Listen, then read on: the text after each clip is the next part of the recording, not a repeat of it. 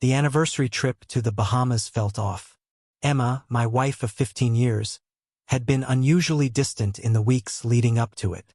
The usual excited chatter about packing, itinerary planning, even choosing the right shade of sunscreen, had been replaced by a chilling silence punctuated only by curt replies and the constant tapping of her phone.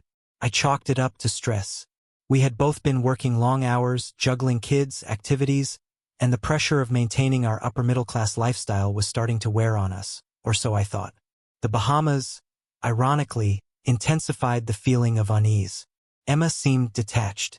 While I marveled at the turquoise water and the pristine beaches, she spent most of the time glued to her phone, her eyes darting nervously whenever I approached. We barely touched. The intimacy that once defined our relationship was replaced by a suffocating emptiness. I tried to bridge the gap, suggesting romantic walks on the beach, candlelit dinners, anything to rekindle the spark, but my efforts were met with perfunctory smiles and fleeting physical contact. It was as if she was going through the motions, her heart and mind a million miles away. The suspicion gnawed at me. It wasn't a sudden dramatic revelation. It was a slow, agonizing buildup, a creeping dread that solidified with each unanswered question and every furtive glance. But I still clung to the hope that I was wrong, that my fears were the product of a stressed and overactive imagination. On our last day, we were packing to head back to the airport. Emma, typically meticulous, seemed rushed and haphazard in her packing. She tossed clothes into her suitcase with abandon, stuffing it almost to bursting. I noticed she was unusually careful about a small, worn leather satchel she carried. Sat separately, untouched and held close. The flight back was agonizing. Emma didn't speak much, opting instead to stare out the window, her expression unreadable. I felt a deep sense of foreboding, a feeling that something was terribly wrong. We landed late, tired and emotionally drained. We arrived home to a silent house, the kids already asleep. We went straight to bed, the unspoken tension hanging heavy in the air. Couldn't sleep. I tossed and turned, the unanswered questions and gnawing suspicions driving me crazy. The next morning, Emma left early for work, supposedly to catch up on emails and paperwork. I decided to take a day off to be with the kids. While they were at school, I decided to clean the guest room, a room we hadn't used in ages and thus untouched since our return from the Bahamas.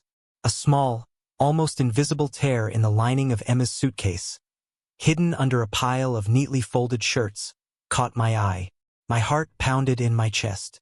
I carefully reached into the tear, my fingers brushing against something soft. I pulled it out, a small silk scarf, the kind a woman might wear to a special occasion, but one that was undeniably not Emma's. It was vibrant emerald green, with a delicate pattern I'd never seen before. That's when I noticed the faint scent of expensive perfume, a scent that was utterly foreign to our household. I gently unfolded the scarf, and my blood ran cold. Embroidered in a corner, barely visible, was a single initial, J. The panic surged. I carefully searched the suitcase, finding more damning evidence. A small bottle of perfume identical to the one I'd smelled on the scarf, a receipt from a high-end jewelry store, and a crumpled photograph of a smiling Emma and a handsome, dark-haired man who I didn't recognize but whose smile held a familiar, unnerving arrogance. I knew, without a doubt, that Emma had been having an affair. The truth, once denied, was now brutal and undeniable. And that was only the beginning. My entire world felt like it was collapsing in on me. The pain was a physical force, crushing my chest, stealing the air from my lungs. Years of shared memories, of trust, of a life built together, all crumbled to dust. The anger started as a low burn, a simmering resentment. But as I held that scarf and looked at the photograph and the receipt, I felt it flare up into something almost overwhelming. I spent the rest of the day trying to process it. I numbly watched the kids, feeling a deep sadness not just for myself but for them. Their innocence would be forever tainted by their mother's betrayal.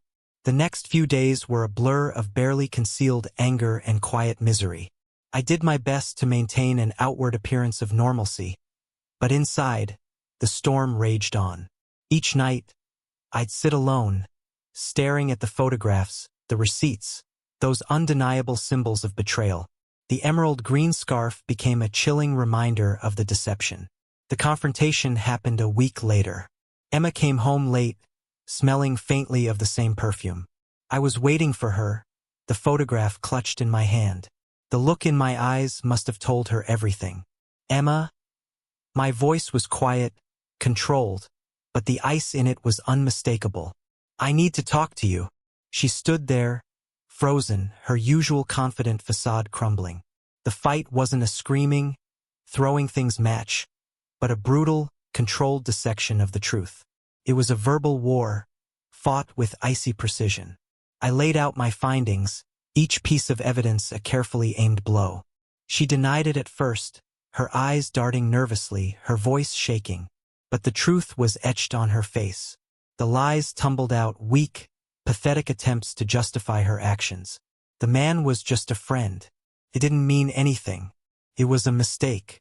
But her words were hollow, devoid of any conviction. My own rage finally erupted. It wasn't a screaming fit, but a cold, calculated fury.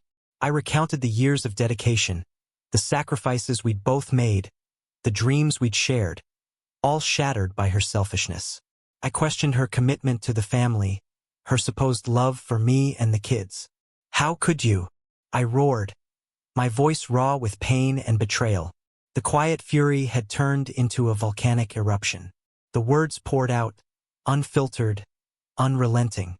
It was a devastating emotional assault, the culmination of weeks of simmering resentment and crushing disappointment. She cried, not from remorse, but from the sheer weight of her guilt, the undeniable truth of her actions exposed. Emma's pleas for forgiveness fell on deaf ears. My heart was irrevocably broken. I couldn't forgive her. I simply couldn't.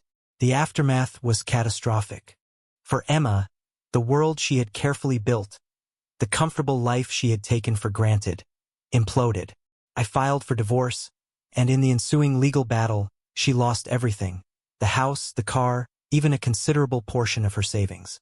More importantly, she lost her children's respect, her reputation in the community, and everything she had worked for. Her affair became the talk of the town, the whispered gossip that followed her like a dark shadow. The J of the embroidered scarf was revealed to be a wealthy businessman, married himself, who had absolutely no intention of leaving his wife.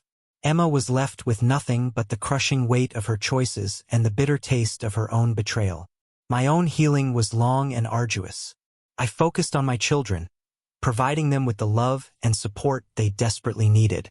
It wasn't easy, and the scars of the betrayal would always remain. But as I rebuilt my life, I found a peace that was far more profound than anything I had experienced in my marriage with Emma. The satisfaction wasn't in her downfall. It was in the quiet strength I found within myself, in the ability to rebuild my life and protect my children from the fallout of her destructive actions. The revenge was subtle, quiet, and ultimately far more devastating than any shouting match or physical altercation could ever be. The emerald green scarf remained, a stark reminder, not of her deceit, but of my own resilience. It was a symbol of the life she destroyed and the life I painstakingly rebuilt, stronger and more purposeful than ever before.